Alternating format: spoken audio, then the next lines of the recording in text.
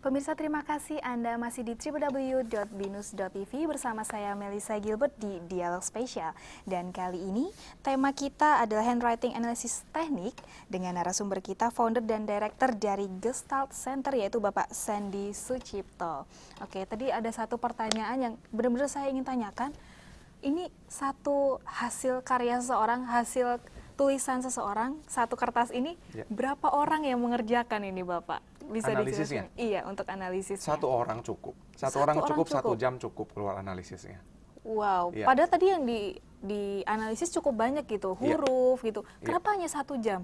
Ya, karena apakah itu sudah cukup akurat nanti hasilnya? Untuk menjadi grafolo itu memang kita butuh jam terbang yang tinggi. Kita butuh latihan dan juga kita butuh pemahaman yang memang cukup mendalam dari segi teoretik dan prakteknya. Tapi begitu seseorang menjadi grafolo atau ahli analis dalam tulisan tangan ini, dia sudah bisa capture atau menangkap sinyal-sinyal tersembunyi dari tulisan dengan cepat. Dan bukan dari bentuknya tentu saja. Jadi hanya hitungan menit, bahkan nanti hitungan jam 1-2 jam itu sudah bisa kita ketahui pola dalam kepribadiannya, pola dalam tulisannya yang mendasari kenapa dia buat coretan seperti itu. Dan dari sana langsung keluar hasilnya, kita bisa buat hasilnya. Dan saya kebetulan menjadi seorang ahli di bidang grafologi yang konservatif. Dalam arti konservatif, setiap orang ini harus menjadi ahli dalam analisis ini dan bukan dari mesin. Jadi saya ini salah satu ahli yang menolak untuk penggunaan alat-alat. Jadi orangnya alat-alat itu jadi ada scannernya, jadi ada programnya. Banyak sekali di sana di pasaran itu programnya. Tapi untuk di kami di Gestalt Center ini betul-betul human and individual approach. Jadi si ahlinya atau grafolognya yang harus jadi ahli dan memahami karakter dan sinyal tersembunyi dari tulisan. Sehingga bisa cepat sama hasilnya dan lebih spesifik, sangat spesial karena manusia itu unik. Tiap tulisan itu beda. Kalau pakai alat itu nanti hasilnya berubah. Jadi 1 jam cukup dan itu sangat manual sekali. Ahlinya yang akan melihat langsung polanya, bentuknya, dan tanpa bantuan apapun. Oke, itu langsung cukup. Ya. Lalu kita kalau misalnya sudah mengetahui hasilnya, untuk apa itu Pak? Apakah kita misalnya kalau ingin mendaftarkan pekerjaan gitu, kita kasih hasilnya itu atau seperti apa? Biasanya bisa. Jadi misalkan sekolah atau universitas atau tempat kerja yang membutuhkan laporan atau potret dari kepribadian bisa diminta dan itu nanti ada lisensi khusus atau ada tanda tangan saya di sana yang memang akan mempertanggungjawabkan hasilnya. Gitu. Tapi memang tidak semua tempat atau tidak semua sekolah, perusahaan atau universitas yang bisa menerima laporan bentuk ini. Karena memang di Indonesia sendiri, di sini laporan masih bentuk jarang, ini masih jarang dan juga memang tidak ada fakultas atau universitas tersendiri yang memang memberikan pembelajaran atau mengajarkan ini dalam akademisnya. Gitu. Jadi hanya masih menjadi bagian dari akademisnya, belum menjadi fakultas tersendiri. Sehingga memang bukan keakuratan, tapi lebih kepada pengakuan terhadap laporannya ini yang masih berbeda dibandingkan negara-negara di Barat. Oke, mungkin sekarang langsung saja nih Pak. Ini tadi ya. Oke, kita lihat ya. Saya sudah menuliskan nama saya di sini. Mungkin bisa dibaca seperti apa? Ya.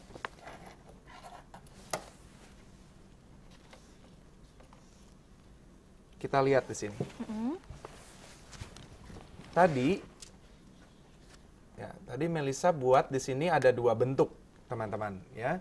Di sini yang pertama, tulisan yang pertama ini dibuat lebih lambat.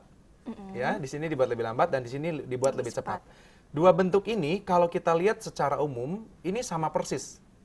Nah, saya akan perlihatkan satu persatu. Ini mulai dari bentuk ini. Ini adalah tulisan N yang khas, yang mana kita lihat di sini ada garis yang sangat khas dan ini diulangi pada bentuk M-nya. Oh iya. Ya? Iya, lihat benar. ini, iya. Lihat penekanannya, bahkan pakai spidol pun kita bisa lihat. N ini diulangi garisnya. Iya. Ya.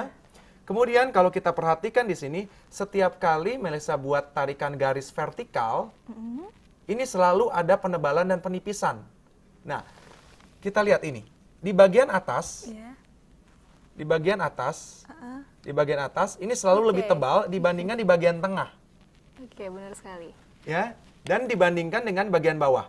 Nah, pertama kali saya mau memperlihatkan bahwa ini adalah sinyal atau ini adalah pola yang tidak disadari. oleh setiap penulisnya. Sehingga ketika seseorang menuliskan pola seperti ini yang lebih kita lihat, lebih kita analisa. Bukan daripada bentuknya saja. Kalau kita lihat secara kualitas, ini cukup indah ya, tulisannya ini bagus sekali ya. Aduh. Nah, tapi yang kita lihat adalah kecenderungan kepribadiannya dari pola-polanya. Kalau dalam ilmu grafologi, O seperti ini adalah bentuk O yang sangat emosional. O yang sangat membutuhkan perhatian. Ya, jadi suka suatu hal yang sangat manis, suka suatu hal yang detail dan yang cantik. Dan orang penulis seperti ini kalau kita lihat di sana, ini tidak ada garis dalam papan tulis ini, tapi tampak rapi sekali. Ini namanya garis dasar dalam tulisan. Kalau kita lihat seperti ini, ada garis dasar yang kualitasnya cukup baik. Ini artinya adalah penulisnya memiliki kemampuan untuk mengendalikan juga mengontrol emosinya, terutama ketika berhadapan dengan umum.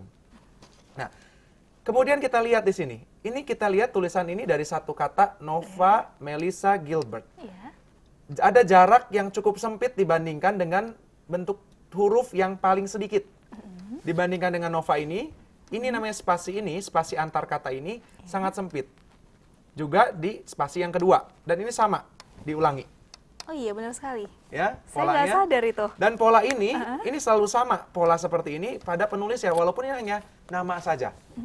Ini artinya individu penulisnya ini, Melissa ini senang untuk berinteraksi sosial dan mampu menampilkan yang hangat. Tapi ada moodinya. Nah, moodinya ini sangat situasional artinya. Ya, jadi dalam tulisan ini, dari contoh-contoh tersebut, saya mau menyampaikan bahwa kita melihat bukan dari bentuk indah atau tidak indahnya. Dan kita bisa melihat. Nah, bagaimana nih, Melissa Iya, sendiri? benar juga sih. Ya? Padahal ini tulisan yang di bawah, ini benar-benar acak-acak gitu. Iya, kalian lebih cepat tadi nulisnya ya? Iya, saya mencoba untuk menulis lebih cepat, tapi ternyata sama saja itu ya, atas sama, dan bawah. persis sama. Nah, kalau kita lihat, ada sedikit ini juga lihat. Mari kita lihat huruf A-nya. Iya. Pola huruf A ini, sekalipun dibuat yang atas ini, tulisan atas ini dibuat lebih lambat dibanding yang bawah, karena ini lebih cepat. Tapi kalau kita lihat di sini, pola A di sini sama persis. Kita lihat. Saya tidak akan membahas bentuknya, tapi saya mau membahas ini.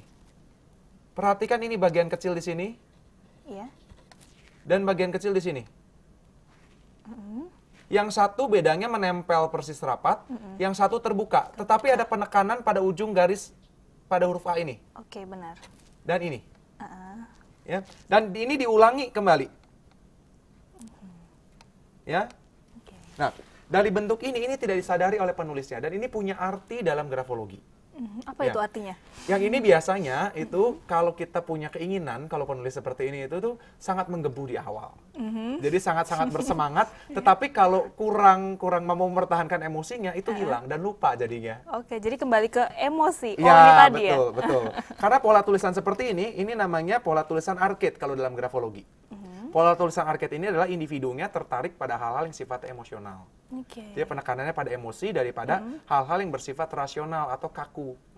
Biasanya lebih bergejolak, lebih hangat positifnya, tapi sangat situasional juga. Oke, seperti itu. Lalu untuk penekanan tebal tipis ini tadi itu bagaimana artinya tuh? Itu biasa berhubungan dengan energi atau dorongan. Biasa energi fisik.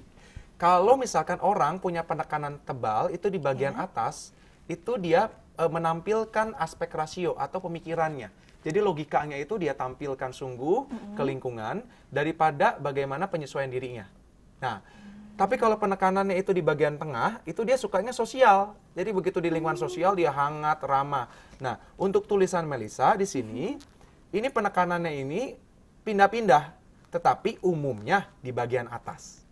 Dan saya pikir dari tulisan ini, karena Melissa masih mampu memberikan penekanan tulisan di bagian atas, artinya walaupun Melissa ini tertarik pada hal-hal yang berhubungan dengan emosi, tetapi sangat terkendali karena ada penekanan dan juga mampu mengontrol secara rasio. Sehingga cukup terkendali ketika menampilkan diri di lingkungan. Walaupun memang itu sangat dipengaruhi juga oleh situasi karena ini Oke. spasinya dekat. Jadi hangat ketika menampilkan di lingkungan. Oke, masalah penyakit nih. Tadi katanya bisa juga Iya. mendeteksi penyakit. Iya, Saya betul. ada penyakit apa ini, Betul, ya. Bapak? Sebetulnya kalau kita lihat analisis dari papan tulis di sini, dari spidol, tulisan di spidol ini sedikit berbeda hasilnya. Tapi saya mau sampaikan sedikit. Yang menarik dari tulisannya Melisa di sini adalah tulisannya pointed di setiap ujung namanya. Jadi kalau kita lihat di ini sini, lebih tebal gitu ya? Iya betul. Jadi ada titik-titik. Nah, titik-titik. Dan titik-titik ini selalu berada di bagian bawah dan di akhir. Kalau dari sini, ini biasanya mengindikasikan adanya satu kecenderungan tertentu kalau di bagian tubuh itu adalah berhubungan dengan gejala di area bawah, yaitu di bagian kaki atau lutut. Biasanya orangnya nggak tahan kalau jalan jauh.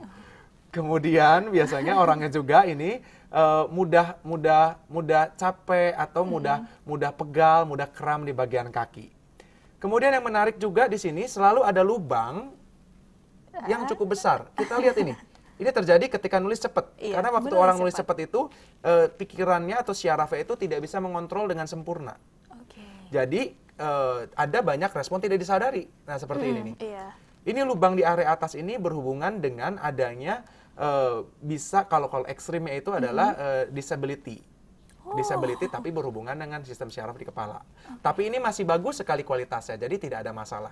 Oke. Tapi kalau penulisnya seperti ini, artinya ada kecenderungan juga dalam diri kurang istirahat atau cepat lelah, atau biasanya tidur itu susah tidur, susah untuk masuk tidurnya atau terbangun di malam hari. Jadi kalau dalam namanya medik grafologi kita lihat kecenderungannya dan itu nanti kita bandingkan. Kalau ini kebetulan kita hanya punya 3 suku kata saja di sini, yang mana kita hanya bisa lihat kecenderungan dasarnya saja yang sangat sederhana. Tapi kalau kita buat tulisan itu di tesnya itu dalam 1 lembar penuh, kita Mungkin akan itu bisa lebih panjang iya lagi betul ya? sekali iya. Lebih Tetapi detail dari lagi. sini ya itu 2 hal itu yang lebih mendominasi dalam diri Melisa kalau dari kecenderungan penyakitnya. Dan dari kualitas yang baik ini, saya pikir tidak ada kecenderungan patologi secara klinis yang khusus yang terjadi dalam dalam tubuh Melisa. Oke, seperti itu ya. Iya. Lalu kalau misalnya, tadi saya mengetahui kalau saya ternyata emosional. Iya. Lalu bagaimana nih cara Bapak Untuk- untuk meredam mungkin Iya, orang tersebut Iya. gitu? Saya misalnya Iya, di sini. iya, iya. Nah, karena bentuk seseorang itu kalau seperti ini bentuk tulisannya ini kan arcade tadi seperti yang Iya, saya katakan. Nah, orang menulis seperti ini kan bentuk tulisan itu ada banyak. Seperti kita ketahui di bentuk-bentuk tulisan yang ada di komputer misalkan. Iya. Tapi seseorang membuat pola seperti ini dan dia suka dan mengulangi terus pola seperti ini, artinya itulah kepribadiannya. Berarti Kalau bagi tidak bisa saya, dirubah? Bisa Bisa, diubah, bisa tapi dirubah. bukan dalam arti dia seperti kita ubah seperti membalikan telapak tangan. Iya. Tapi butuh ada penyesuaian. Proses Ya. ya tentunya. Kenapa? Oke. Karena ketika orang buat seperti ini terjadi tidak sedemikian rupa saja. Sudah terjadi mungkin sejak pertama kali dia belajar nulis. Oke, seperti itu. Berarti Ya. semua back to basic, kembali Iya, ke awal. betul. Baiklah kalau gitu Bapak Iya. Sandy, kita akan berbincang lagi Oke. tapi setelah pesan-pesan yang berikut ini. Oke.